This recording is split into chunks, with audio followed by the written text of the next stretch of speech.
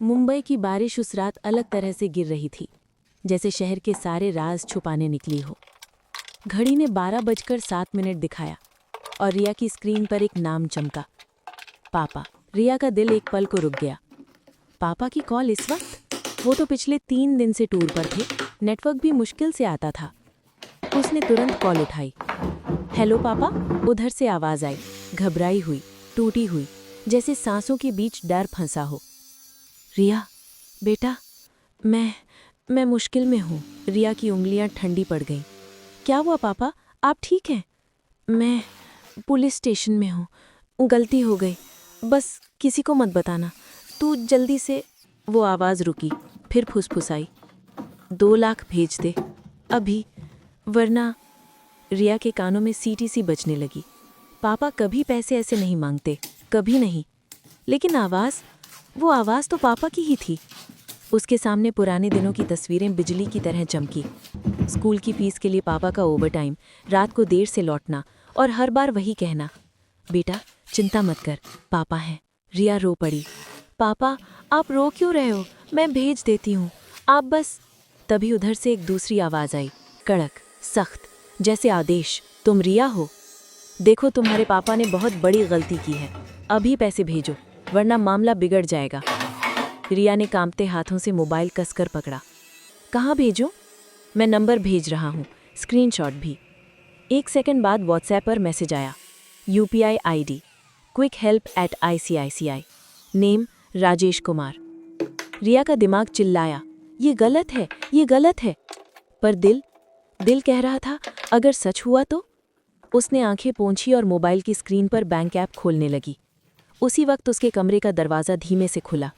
उसकी माँ, अनीता, नींद में भी जागने वाली माँ, दरवाजे पर खड़ी थी। किससे बात कर रही है इतनी रात को? रिया ने घबराकर फ़ोन नीचे किया। पापा ने कॉल किया, वो पुलिस स्टेशन। अनीता की आंखें चौड़ी हो गईं। क्या? दोबारा बोल। रिया ने फ़ोन स्पीकर पर कर दिया। उधर वही आवाज़, अनीता सुन, बस पैसे। अनीता के चेहरे का रंग बदल गया, पर डर से नहीं, कुछ और था, जैसे किसी ने उसके सामने झूठ का पर्दा खींच दिया हो। उसने धीरे से रिया का हाथ पकड़ा। बेटा, ये तुम्हारे पापा नहीं हैं। रिया के होठ कांप गए। मम्मी, पर आवाज़। अनीता ने गहरी सांस ली।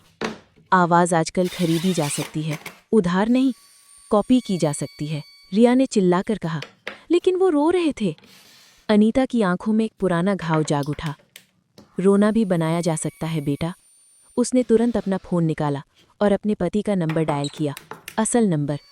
पहली बार नहीं लगा, दूसरी बार भी नहीं, तीसरी बार कनेक्ट हुआ और उधर से वही परिचित शांत आवाज़ आई, हेलो अनीता, सब ठीक?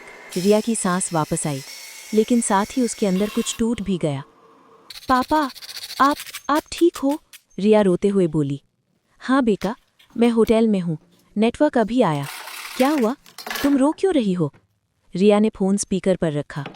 कॉल पर अभी भी वो नकली पापा लाइन पर थे और अब चुप हो गए थे, जैसे शिकारी को समझ आ गया हो कि शिकार बच गया है।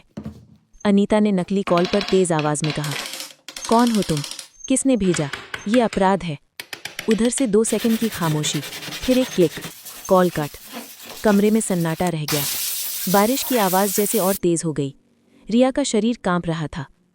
मम्मी, ये कैसे हो सकता है? पापा की आवाज़ बिल्कुल। अनीता ने उसे सीने से लगाया। क्योंकि दुनिया बदल रही है बेटा, और कुछ लोग इस बदलाव को हथियार बना रहे हैं। अगली सुबह रिया ऑफिस नहीं गई। वो सीधे साइबर क्राइम हेल्पलाइन की साइट पर गई, शिकायत दर्ज की।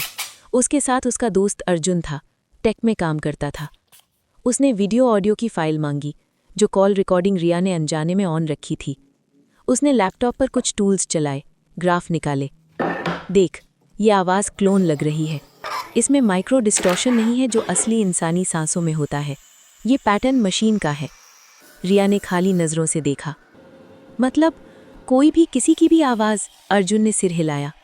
अगर उनके पास 20-30 सेकंड की आवाज़ हो, पुरानी video, Insta reel, WhatsApp audio, तो हाँ। रिया को याद आया, पिछले महीने पापा का जन्मदिन था। उसने इंस्टाग्राम पर एक रील डाली थी। पापा गाना गा रहे थे। कैप्शन था, माय हीरो। उसका पेट मरोड़ गया। मेरी वजह से? अर्जुन ने तुरंत कहा। नहीं, गलती तुम्हारी नहीं, अपराध उनका है। पर अपराध का एहसास भी तो किसी के दिल का दरवाज़ा खटखटाता है, और अक्सर उसी के जिसने कुछ गलत किया ही नहीं। शाम को पापा घर लौटे। रिया ने उन्हें देखकर जोर से गले लगाया, जैसे उन्हें खोकर वापस पाया हो। क्या हो गया था बेटा? पापा ने माथा सहलाते हुए पूछा। रिया ने धीरे से कहा, कल रात आपकी आवाज़ में किसी ने पैसे मांगे। पापा के चेहरे पर अजीब सा सन्नाटा आया। एक पिता को पहली बार लगा कि उसका मैं हूं ना भी आज के ज़माने में नकली बनाया जा सकता है। उन्होंने रिया के कंधे पर हाथ रखा। तुमने पैसे भेजे तो नहीं? रिया ने सिर हिलाया। नहीं, मम्मी ने रोक लिया। पापा ने अनीता की तरफ देखा। उनकी आंखों में आभार था और गुस्सा भी। अनीता बोली, अब हम एक नियम बनाएंगे। क्या नियम? रिया ने पूछा। पापा ने गंभीर आवाज में कहा, फैमिली पासकोड। कोई भी इमरजेंसी में कुछ भी बोले, पहले पासकोड, वरना कुछ नहीं। रिया ने हाँ में सिर हिलाया। पासकोड क्या होगा? अनीता ने हल्की मुस्कान के साथ कहा, जो सिर्फ हम 3 जानते हैं, जैसे नकली धड़कन। रिया पहली बार उस दिन हंसी, लेकिन बहुत हल्की, क्योंकि वो जान चुकी थी आजकल खतरे की शक्ल डरावनी नहीं होती।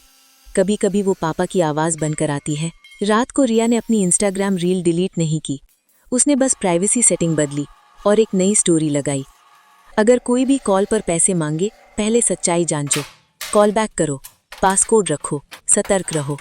कई लोगों ने रिप्लाई किया, मेरे साथ भी हुआ, मेरे अंकल के साथ हुआ, मैंने तो पैसे भेज भी दिए थे। रिया की आंखें नम हो गईं।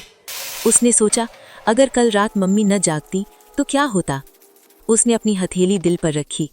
धड़कन चल रही थी, असली थी, और उसे पहली बार समझ आया, आज के ज़माने में सबसे ज़रूरी चीज़ प्यार नहीं, प्यार की सुरक्षा है।